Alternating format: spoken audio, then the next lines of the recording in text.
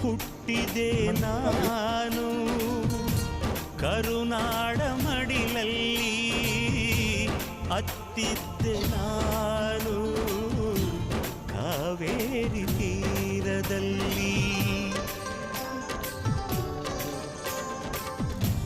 ನಿಮ್ಮಿಂದ ನಾನು ನಿಮಗಾಗಿ ನಾನು ನಿಮ್ಮೊಡನೆ ನಾನು ಪ್ರೀತಿಗಾಗಿ ನಾನು ತಾಯಿ ಲೀಲೆ